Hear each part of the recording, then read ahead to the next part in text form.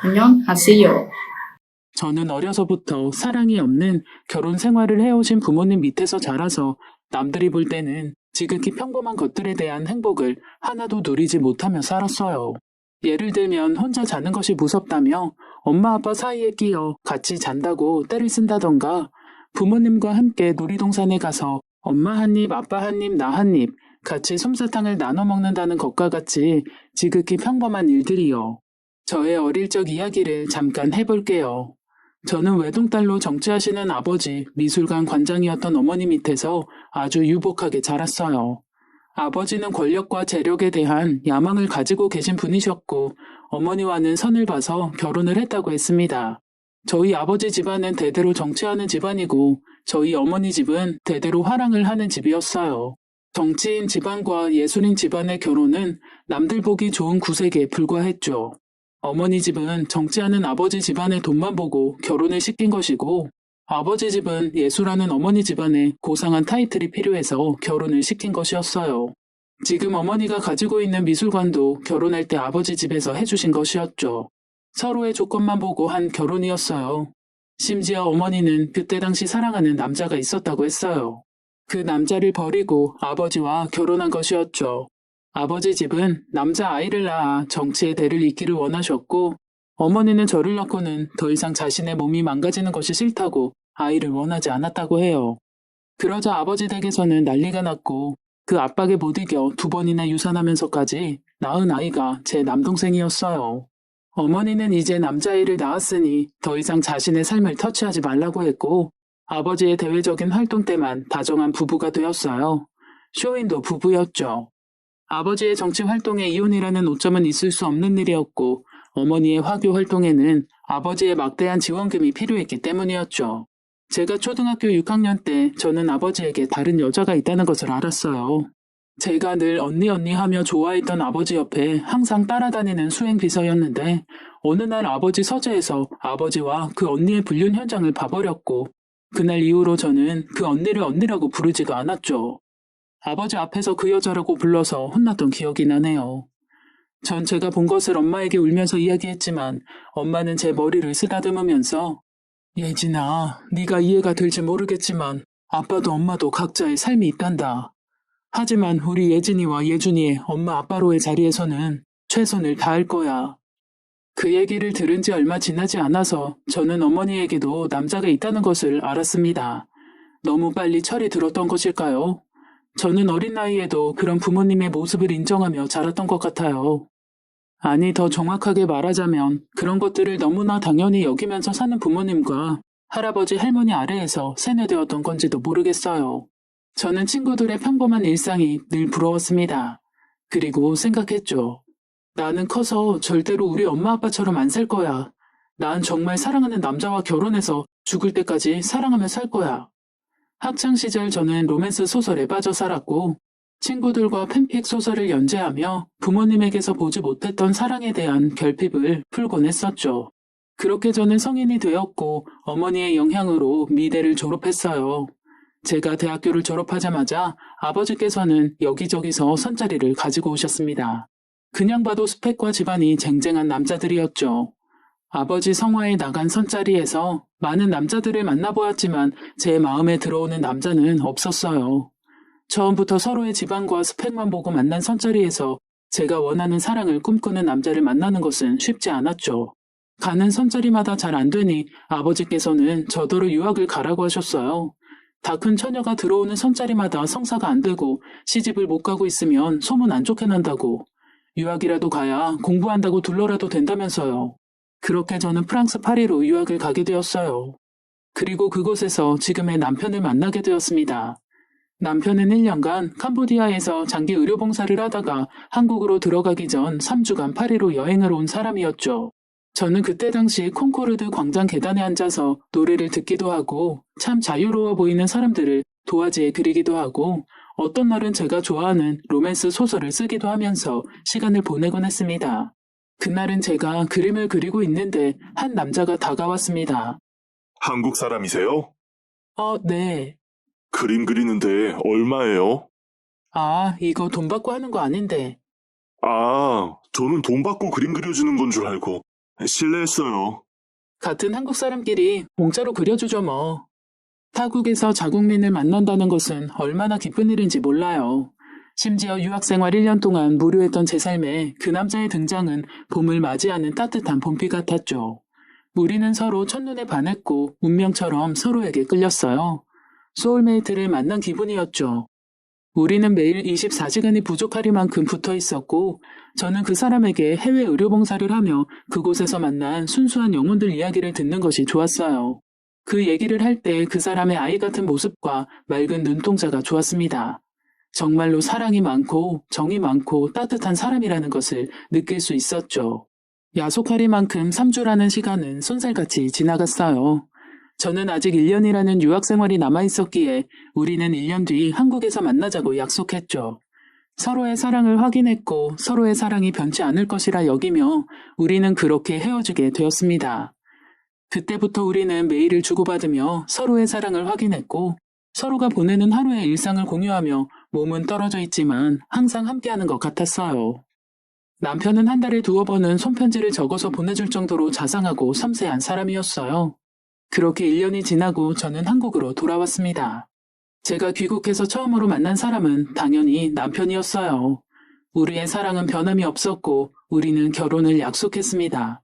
저는 어렸을 때부터 꿈꾸어왔던 현모양처처럼 살고 싶다고 했고 남편은 제가 하고 싶은 일을 해도 좋고 제가 원하는 대로 집에서 내조만 해도 좋다고 했어요.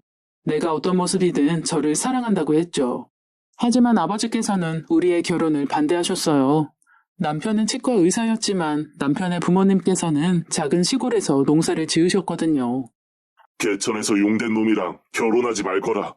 그 놈 주변은 다 개천일 뿐이야. 아버지께서는 남편을 보고 싶지도 않아 하셨어요. 저는 밤낮으로 울면서 딱 한 번만 만나달라고 애원했어요. 그런 저를 보며 어머니께서는 아니 왜 사람을 만나보지도 않고 판단해요. 우리 예진이는 나처럼 돈 보고 결혼 안 해도 되잖아요. 얘가 뭐가 부족해. 잘난 아버지 덕에 돈이 없어 빽이 없어. 다 가졌는데 그냥 지가 좋아하는 사람한테 보내요. 사랑 없이 사는 거 우리 하나면 충분하잖아요.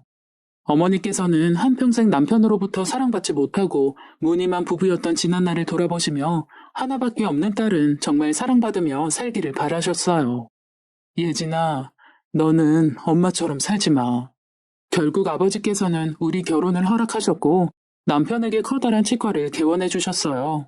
남편과 저를 위해서가 아닌 남들 시선을 의식해서였죠. 아버지께서는 남들이 사이 뭐하냐고 물어보면 내가 할 말이 없어 할 말이. 그래도 번듯한 병원은 한 개 가지고 있다고 해야 면이라도 살지. 이렇게 말씀하셨죠. 평생을 남들 시선 의식하면서 사시는 아버지도 지금 생각해보니 참 힘든 삶이다 싶네요. 어쨌든 저희는 결혼을 했습니다. 신혼생활은 너무나 행복했어요.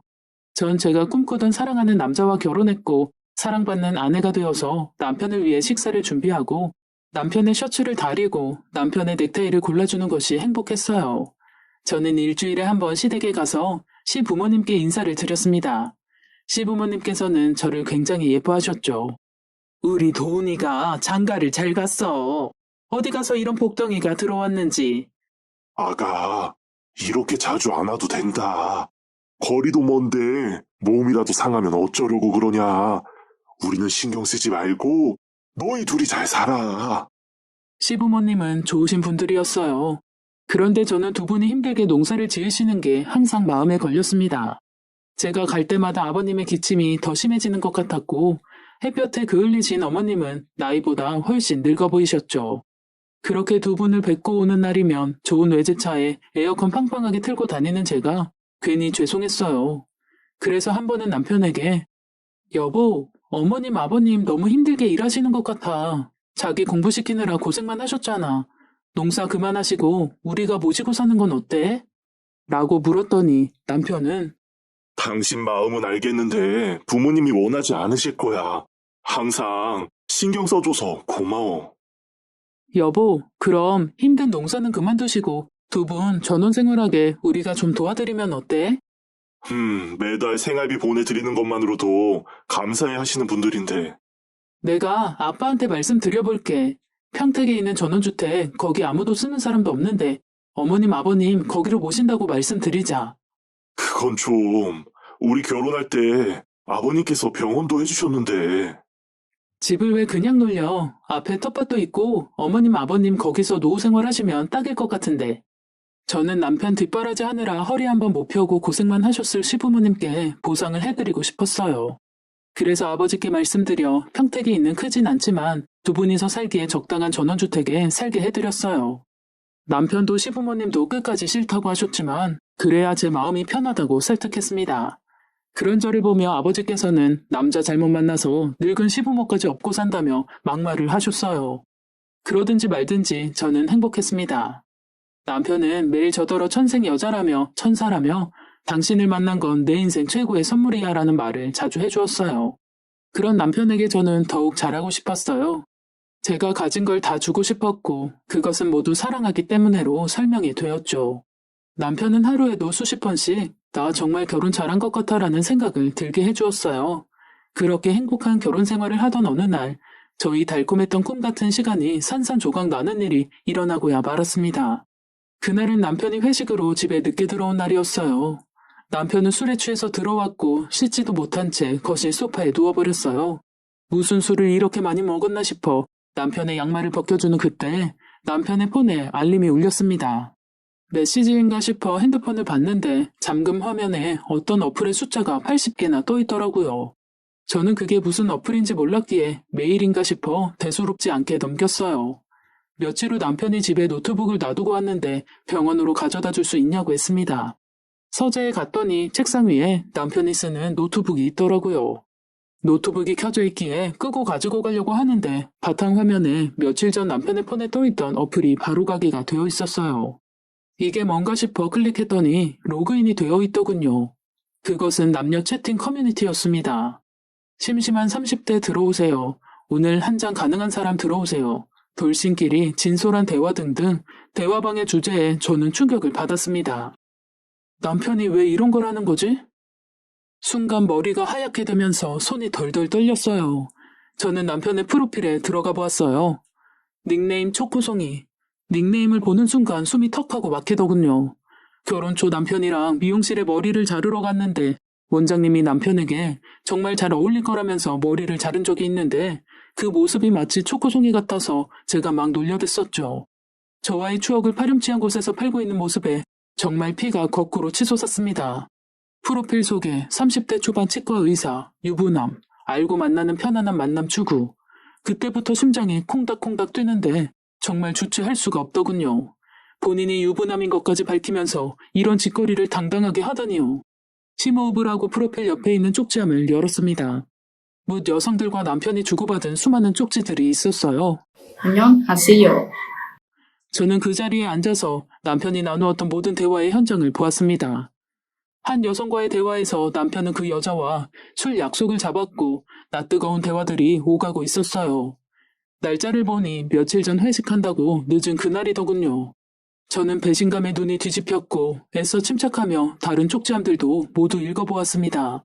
그 커뮤니티 속 남편은 제가 알던 남편이 아니었습니다. 자상하고 섬세하고 마음 약한 저밖에 모르는 애처가 남편의 모습은 어디에도 없었어요. 직설적이고 성적 욕구가 강했고 퇴폐적인 남자였습니다. 눈물이 났어요. 믿을 수가 없었습니다.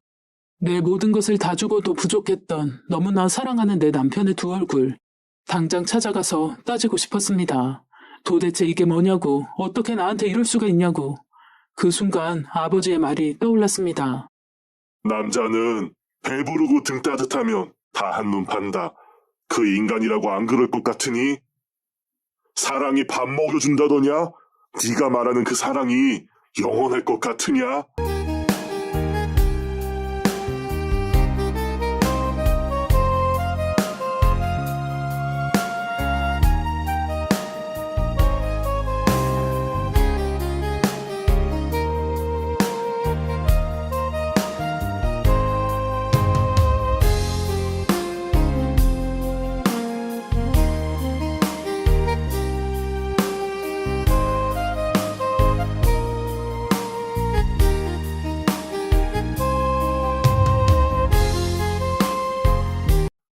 결혼 반대할 때 아버지께 들었던 수많은 말들이 생각나면서 저는 엉엉 울었습니다.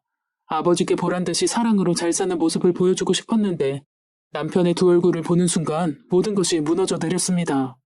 제가 틀렸던 걸까요? 정신없이 울고 있을 때 남편에게서 전화가 왔습니다. 여보, 왜 이렇게 안 와? 무슨 일 있어? 아니야. 미안. 갑자기 현기증이 나서 잠시 누워 있었어. 괜찮아? 여보, 오지 마. 내가 지금 집으로 가지러 갈게. 저는 말도 안 되는 대화들을 보면서도 이 상황을 믿을 수가 없었어요. 제가 걱정되어 지금 당장 집으로 온다는 남편을 믿고 싶었어요. 남편의 진심을 알고 싶었어요. 그래서 저는 그 커뮤니티에 가입을 했습니다. 그리고 남편의 아이디를 검색해서 쪽지를 보냈죠. 1시간이 지났을까? 남편에게서 답장이 왔어요. 지금 채팅 가능? 그렇게 두 얼굴의 남편과의 채팅이 시작되었습니다. 우리는 매일 채팅을 했어요. 누구보다 남편에 대해 잘 알고 있었던 저는 좋아하는 취미, 좋아하는 음악, 좋아하는 영화까지 모두 남편의 성향대로 맞추며 남편으로 하여금 정말 대화가 잘 된다며 이렇게 잘 맞는 여자는 처음이라는 소리를 들었습니다. 그렇게 남편과 하루에 몇 시간씩 채팅을 했고 언제부턴가는 자신의 고민을 터놓기도 했죠. 그 고민 중에는 저와의 잠자리가 맞지 않다, 만족스럽지 않다는 등 수치심을 느낄 정도의 내용들이었어요. 잠자리 안 맞으면 이혼감인데? 에이, 이혼은 절대 안 하죠. 제 돈줄인데. 남편은 결혼할 때 처가댁에서 병원을 해줬다부터 차와 집도 다 처가댁에서 해주었고 자신의 부모님 집까지 지금 뜯어놓은 상태라고 했어요. 뜯어놓은 상태, 어이가 없었습니다. 제가 돈줄이었습니다. 아내랑은 어떻게 만났어요? 남편은 자신의 이야기를 굉장히 오랜 시간 해주었어요. 가난한 농부의 아들로 태어나서 가난을 벗어나는 방법은 출세하는 길뿐이 없다고 생각해서 미친 듯이 공부를 했어요. 의대에 합격했는데 졸업하고 잘 나가는 집 애들은 부모님이 병원을 개원해주기도 하고 유학 가서 공부를 더 하기도 했죠. 가난했던 저는 의료봉사 1년을 가면 교수님 추천으로 내가 원하는 병원에 들어갈 수 있다고 해서 1년 봉사를 갔어요. 한국으로 돌아가기 전에 처음으로 여행을 가보자 해서 아끼고 아껴 모은 돈으로 프랑스 파리를 갔어요. 돈이 없던 저는 먹을 것도 제대로 못 먹었고 허름한 곳에서 잠을 자야 했죠. 그래도 프랑스 파리에 있다는 것만으로 위안을 삼았어요. 거기서 지금의 아내를 만났어요. 한눈에도 부잣집 딸이라는 것을 알 수 있었죠. 어렵게 자란 저와는 달리 뭐든지 겁이 없고 과감하고 걱정이 없는 아내의 모습이 신기했어요. 그때 당시 저는 한국에 결혼할 여자가 있었기에 그냥 한순간 불꽃놀이처럼 즐겼고 저는 한국으로 돌아왔어요. 그리고 아내는 잊혀갔어요. 그냥 한날의 꿈 같은 거였죠.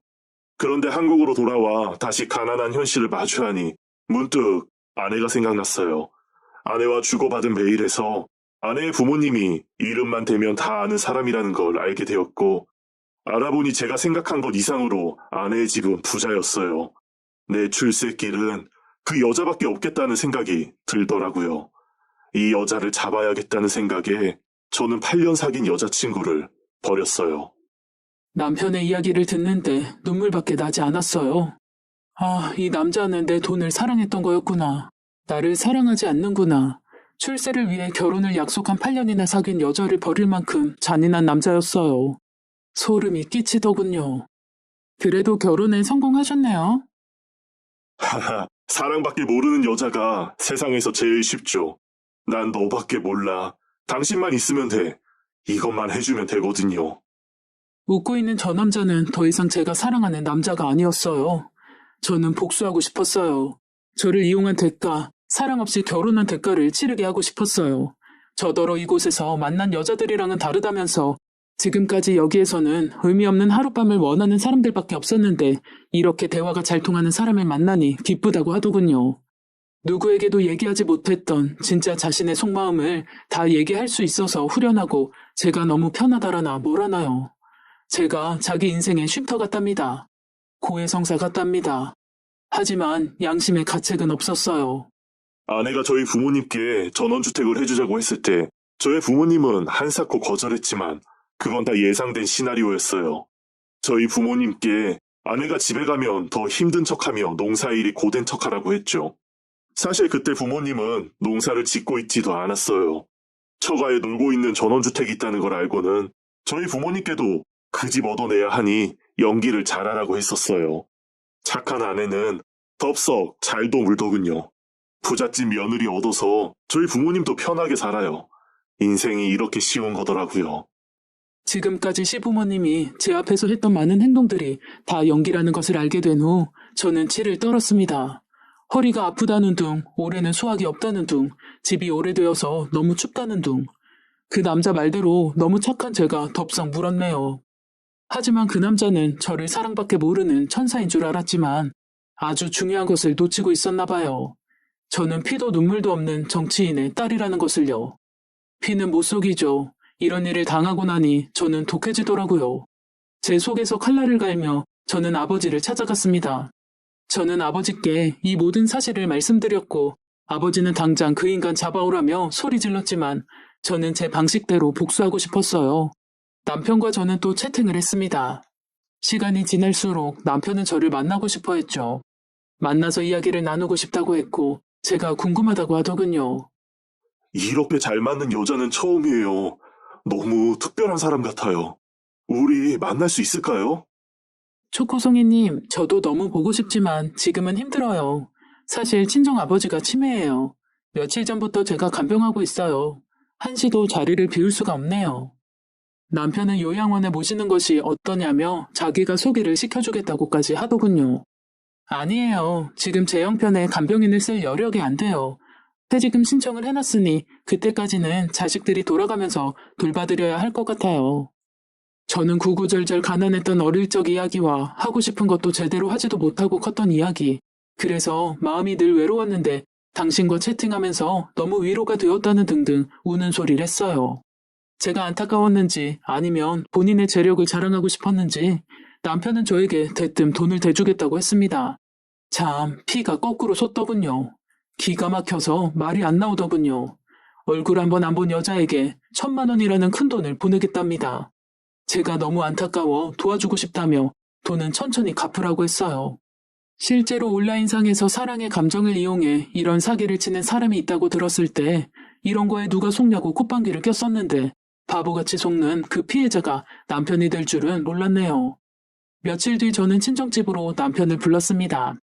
아무것도 모르는 남편이 집으로 왔고 이미 이 사실을 다 알고 계시는 저희 부모님께서는 차갑게 앉아 계셨죠. 남편의 인사도 받지 않은 채 소파에 팔짱을 끼고 앉아 계셨어요. 남편은 어리둥절해하며 저를 바라보았죠. 조금 있으면 당신 부모님도 오실 거야. 우리 부모님이? 왜? 무슨 일 있어? 무슨 일? 어떤 여자가 당신과 나눈 대화라며 나한테 이걸 보내왔네. 저는 그동안 저와 남편이 나눈 채팅 내용들을 프린트해서 남편에게 던졌습니다.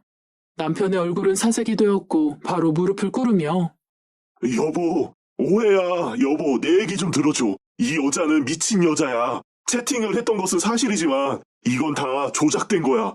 그 여자가 내용을 다 지어냈어. 나는 맹세코 이런 대화를 한 적이 없어. 여보, 믿어줘. 이 여자가 우리 사이를 갈라놓으려고 음해하는 거야. 이 여자 만난 적 있어? 아니야, 여보. 절대로 없어. 그냥 인생 상담을 해준 것뿐인데 이 여자가 내용을 이런 식으로 다 바꿔서 당신한테 보낸 거야. 못 믿겠으면 삼자 대면을 해. 삼자 대면? 그거 좋네. 여보세요, 초코송이님. 내가 바로 그 미친 여자야. 남편은 어안이 벙벙해져서 아무 말도 잊지 못했어요. 믿을 수 없다는 표정이었죠. 그동안 재밌었니? 내 돈 가지고 인생 쉽게 사니까 재밌었어? 아니, 여보. 그게 아니라 듣고 계시던 아버지께서 자리에서 일어나시며 오늘 당장 병원에서 나가게. 아버님, 그게 무슨 말씀이세요? 아버님, 한 번만 용서해 주세요. 지금 그 병원에서 제가 나가면 병원 안 돌아가는 거 아시잖아요. 그깟 일용직 하나 구하는 게 뭐가 그렇게 어렵다고. 병원장, 그거 마음만 먹으면 하루에 10명도 구할 수 있어. 그때 남편의 전화가 울렸고 남편은 떨리는 목소리로 전화를 받았습니다. 수화기 너머로 병원 간호사 목소리가 들렸어요. 원장님, 지금 경찰들이 왔는데 장부랑 컴퓨터 자료를 다 빼가는데 어떡해요? 그게 무슨 말이야? 저는 남편이 저에게 돈을 해주겠다고 했을 때 이 남자가 나 몰래 딴 주머니를 차고 있구나 눈치챘고 병원 행정팀에 얘기해서 자금 나간 걸 모두 체크하라고 했죠. 물론 친정 아버지께서 직접 지시하셨어요. 못 여성들부터 시댁 부모님들까지 병원 돈을 수없이 개인적으로 썼더군요. 법률상 횡령에 해당된다고 하여 저는 법적 소송을 준비했어요. 그 사실을 얘기해주니 남편은 자리에 털썩 주저앉았어요. 차키 올려놓고 당신 몸만 나가면 될 거야. 애초에 당신 건 하나도 없었으니까. 여보, 미안해. 진심이야. 내가 미쳤었나 봐. 내가 당신 사랑하는 거 알잖아. 누가 보면 마치 진심인 줄 알겠더라고요. 사랑? 사랑이 밥 먹여주니? 그때 시부모님들이 들어오셨고 무릎 꿇고 있는 아들을 보고 놀라서 이게 무슨 일이냐고 소리 질렀어요. 그동안 저 가지고 논다고 새 식구가 참 재미있었겠네요. 집은 지금 사람들이 짐 빼고 있을 거예요. 집안의 가구며 살림살이며 다 제가 한 것이니 옷까지만 몇 개 챙기면 되겠던데요. 저는 시부모님을 저희 친정집으로 불러놓은 사이 그들이 사는 집에 인부를 보내 짐을 다 빼라고 시켰어요. 시부모님과 남편은 망연자실한 표정으로 울고 있었습니다. 저희 아버지께서 개천에서 용난 남자 만나지 말라고 하셨는데 그 말을 들었어야 했어요. 아가, 미안하다. 용서해다오. 우리가 살 집이라도 마련해다오. 당장 나가라고 하면 우린 어디로 가니? 길바닥에 나 앉을 순 없지 않니? 시어머니가 제 팔을 잡고 애원했어요. 아줌마, 내가 왜 아줌마 아가예요?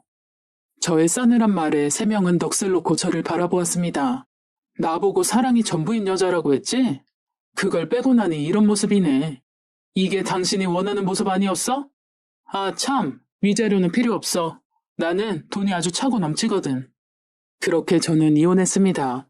마지막까지 남편은 빌었지만 저는 받아주지 않았어요. 제 사랑을 기만한 대가로 그 남자는 나락으로 떨어졌습니다. 그 이후 전 남자를 믿지 않게 되었어요. 안녕하세요.